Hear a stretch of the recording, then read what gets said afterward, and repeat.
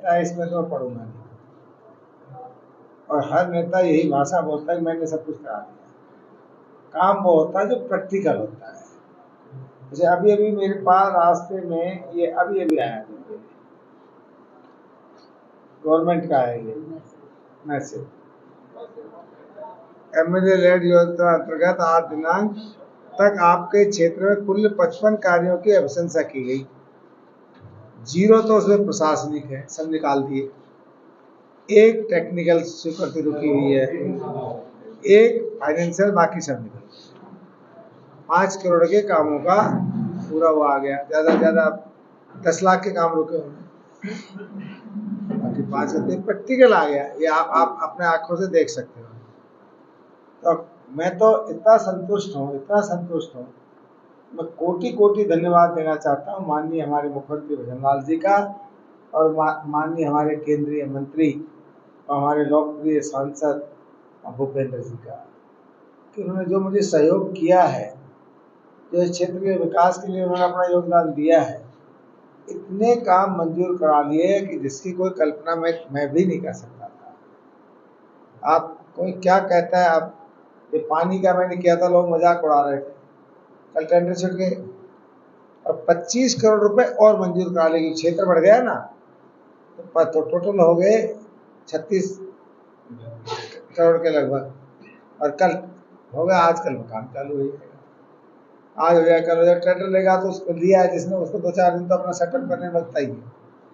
इसी तरह से ITI के लिए हमने जमीन उसके अंदर बड़ौद में वो ले ली, जो गिगलाना के अंदर, मैं उसको छुपाता भी नहीं, कांग्रेस टाइम की, और फिर पर ना पैसा था ना जमीन थी, तो उसके 10.5 करोड़ रुपए मंजूर करवा दिए, और अपने गिगलाना के अंदर उसको जमीन भी अलॉट करा दी।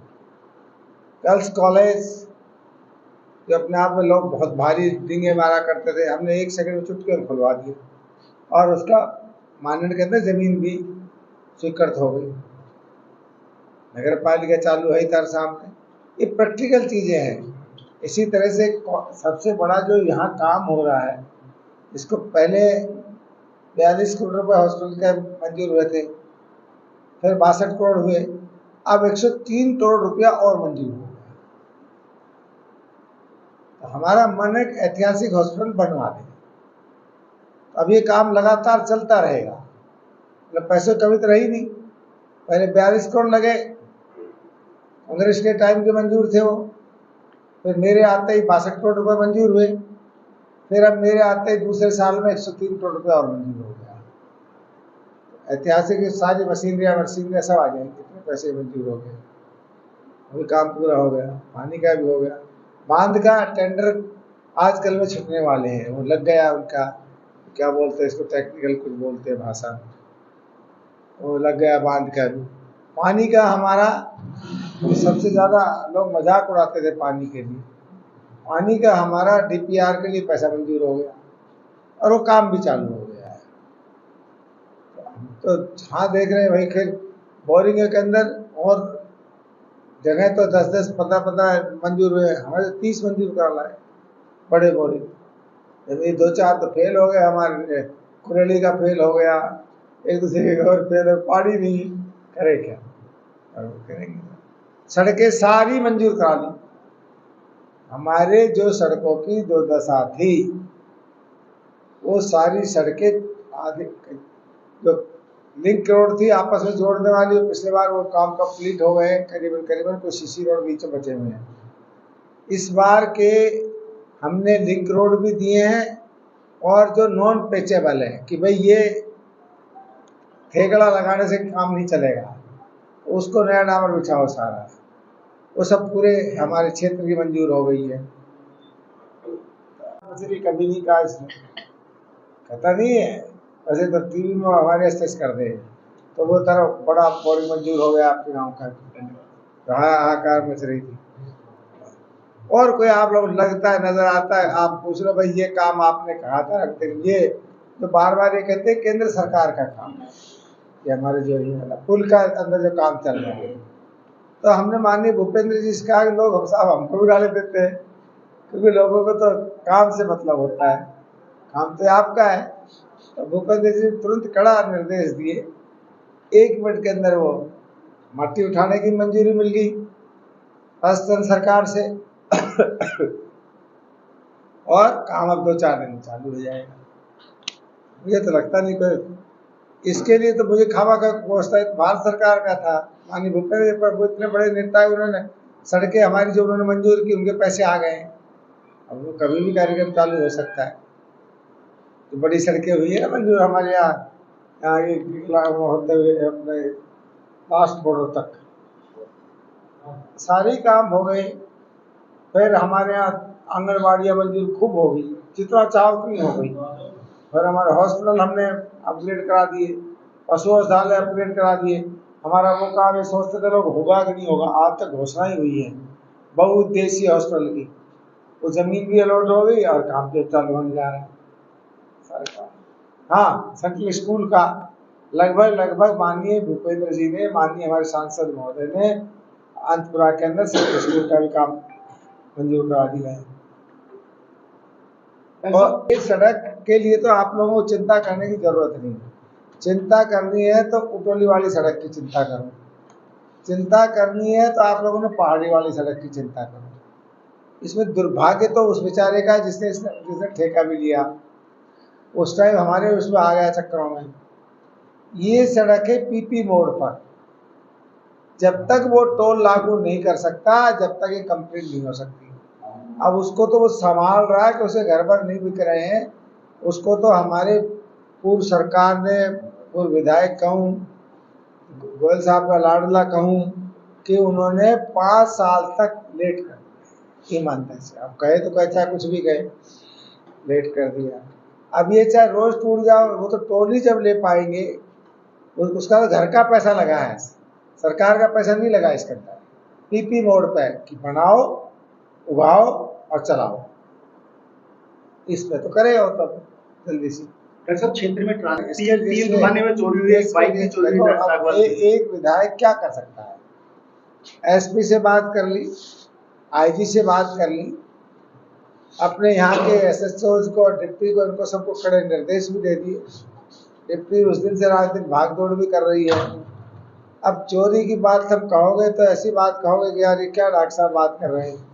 चोरी तो हमारे जनप्रतिनिधि मोटिवेट कर रहे हैं, चोरी करो, चोरियां फिर होंगी।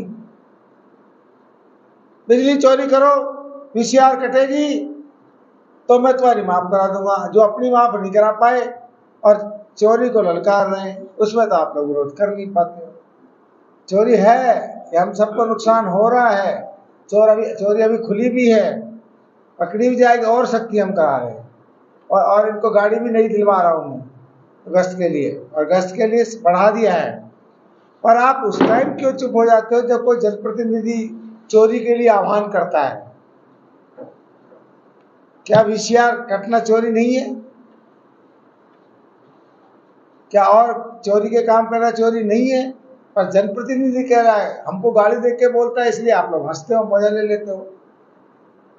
एक जनप्रतिनिधि अगर चोरी के लिए कहता है, और जिसे खुद ने सारे चोरी के कर्म किए, हर क्षेत्र में रजिस्टर्ड है। हिम्मत है तो गोयल साहब रजिस्टर्ड है, ईडी में रजिस्टर्ड, एसीबी में रजिस्टर्ड, सारे उसमें रजिस्टर्ड है। इसलिए मेहरबानी करके ये कहो कि साहब मर्जी में वोट के लिए कुछ भी कर लो, ये लोगों को आह्वान मत करो बिजली चोरी करने के लिए, किसी को भी नहीं मिलेगी फिर। क्योंकि चोर है जो कमा के नहीं खाना चाहते, वो तो चोरी के लिए राजी होते हैं।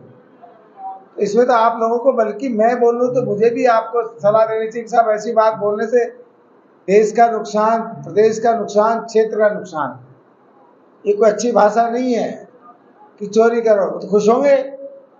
अगर चोरी करना अच्छी भाषा होती तो फिर खुद की चोरी माफ करा लेते हैं, अगर इतनी ताकत थी तो। इसलिए है, निश्चित रूप से बढ़ रही, इसको मैं स्वीकार करता हूँ। धड़ाधड़ हो रही है, यहीं के लोग मिले हुए हैं, मेवात और यहाँ के लोग मिलकर के ये कर्म कर रहे हैं। अब कुछ गैंग पकड़े भी जा रहे, पुलिस कह रही है साहब जल्दी जल्दी सामने आ जाएंगे।